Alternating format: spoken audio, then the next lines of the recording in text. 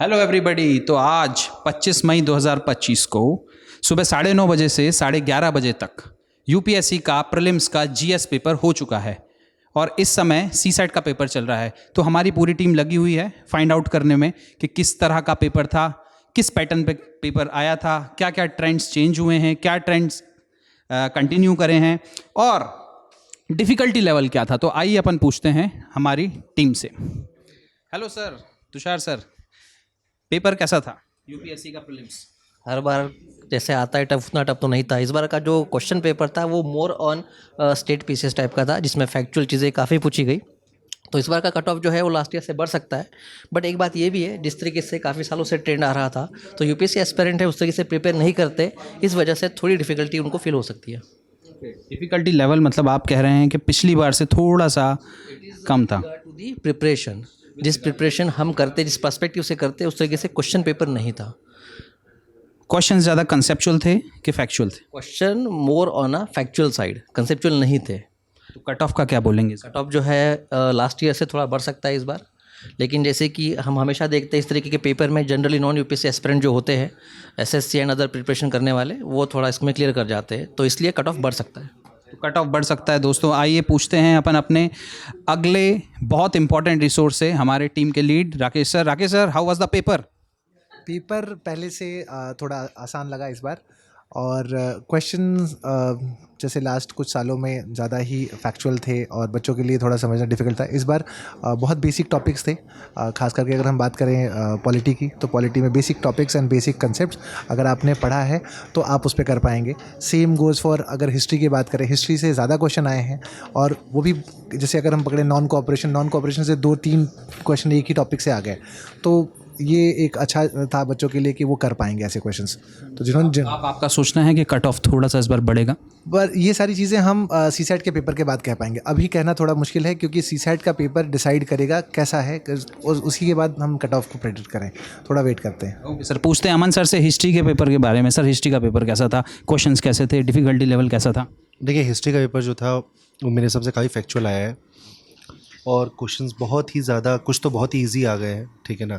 कुछ क्वेश्चंस थोड़े से एनालिटिकल हैं इन द वे दैट कि किस तरीके से आप अप्रोच करते हैं, कौन से सोर्सेज करते हैं आप। जैसे अभी हम लोग आंसर की बना रहे हैं, जैसे तो sources which we have to refer, वो थोड़े इस तरीके के जा रहे हैं कि वो मिरियाड ऑफ सोर्सेज है, तो वो एक कंसर्न हो सकता है। But otherwise on the basic concept that what how Mahatma Gandhi behaved, इस पर भी क्वेश्चंस आप लगा सकते हो। लेकिन स्टिल आई विल से कि जो सोर्सेज हैं वो कहीं ना कहीं थोड़े से फैले हुए हैं, तो ये एक कंसर्न है। क्वेश्चंस तो इजी हैं, मोटा मोटी इजी ही बोला जाएगा उन्हें।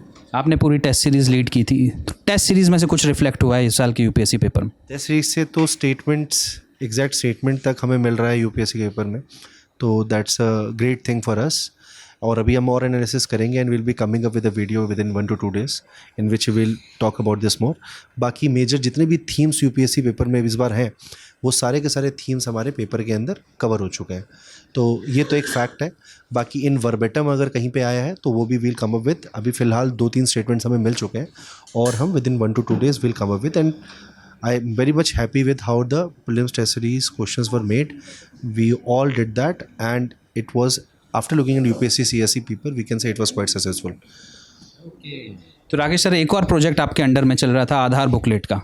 आधार बुकलेट से कितने क्वेश्चंस, कितने टॉपिक्स रिफ्लेक्ट हुए हैं यूपीएससी के 2025 के प्रीलिम्स में? आधार बुकलेट का जो हमारा कंसेप्ट था उसमें यही था कि बच्चों को जो सारी बेसिक चीज़ें हैं जो यूपीएससी के सिलेबस को अगर हम बात करें, वो सारी बेसिक चीज़ें एक जगह पे मिल जाए और लास्ट मिनट में रिवीजन के लिए उनके काम आ जाए। एंड अगर हम देखें हमारे पॉलिटी की बुक या हिस्ट्री की बुक, तो सारी बेसिक जो इन्फॉर्मेशन है जो इस बार एग्ज़ाम में आए हैं, वो सारे हमारे रिवीजन बुकलेट्स में अवेलेबल हैं। तो जिन बच्चों ने वो पढ़ा होगा उनके लिए बहुत आसान होगा कि वो लास्ट मिनट में उसको रिकॉल कर पाएँ और उस एग्ज़ाम में उसको यूज़ कर पाएँ। ये क्या नेचर था? ये आधार बुकलेट होती क्या हैं, क्या रिफ्लेक्ट करती हैं? जैसे मैंने अभी थोड़ी देर पहले भी कहा कि ये जो भी हमारा बेसिक जो भी है सारे बुक्स में है, उनको कंडेंस करके जो बेसिक सोर्सेज हैं उनको लेके आए हैं हम एक जगह पे लास्ट मिनट रिवीजन के लिए बच्चों के लिए। तो वहाँ पे सारी की सारी चीज़ें अगर हम बात करें, हम फ्यूचर में इसको ऊपर एक वीडियो करेंगे जहाँ पे हम दिखाएंगे कि कौन सी चीज़ हमने कहाँ मेंशन की थी और किस तरीके से अगर बच्चों ने वो पढ़ा होता तो कैसे वो क्वेश्चन कर पाते। तो बोले थैंक यू सर। अब पूछेंगे शहनशाह सर से। न्यूमेरिकल्स आए इस बार, तो सीसेट इकोनॉमी के पेपर में भी आ गया है। इकोनॉमी के पेपर में सी सेट पूछा जा रहा है, क्या कहना चाहेंगे इकोनॉमिक्स के क्वेश्चंस के बारे में? See it's no more now कि आप इकोनॉमी बस समझ रहे हो कि आपने बस प्याज टमाटर की एग्जांपल ले ली और समझ लिया economics. Now it's actually real economics. जो एनसीईआरटी इकोनॉमिक्स समझाती है वो इकोनॉमिक्स है. That with examples with numericals आपको इकोनॉमी समझनी होगी. डेफिसिट एक टॉपिक ऐसा है जिसको हम 15-20 मिनट में ख़त्म करते हैं, बट अगर आप देखो उस डेफिसिट पे 2 क्वेश्चन आए हुए 4 नंबर, ठीक है. वहीं पे अगर आप एनसीईआरटी देख लो, जो क्वेश्चन आरबीआई ने पूछा था, आरबीआई का क्वेश्चन है, आरबीआई की फंक्शंस के ऊपर क्वेश्चन है, ये एनसीईआरटी का क्वेश्चन है. बहुत सिंपल सा क्वेश्चन है ये, ठीक है. अगर एक चीज़ पता हो सीनियरेज का, अगर एक चीज़ पता हो बैंकर और बैंक्स का, तो ये क्वेश्चन बहुत ही सिंपल था. वैसे ही अगर आप देखो और भी बहुत सारे क्वेश्चंस ऐसे हैं जो बेसिक्स हैं, ठीक है, जो बेसिक्स हैं. अगर आप ये वाला क्वेश्चन देखो, ठीक है, ये वाला क्वेश्चन, ये wool rearing, poultry farming, allied agricultural activities के ऊपर बेसिक क्वेश्चन है, अगेन इकोनॉमी, बट वहीं पे इसको मिक्स किया गया है किसके साथ? कैपिटल एसेट्स के साथ. अब कैपिटल एसेट का क्वेश्चन ऐसा है जहाँ पे आपको पता होना चाहिए दैट कैपिटल गेन्स टैक्स कहाँ लगता है और कहाँ नहीं लगता है.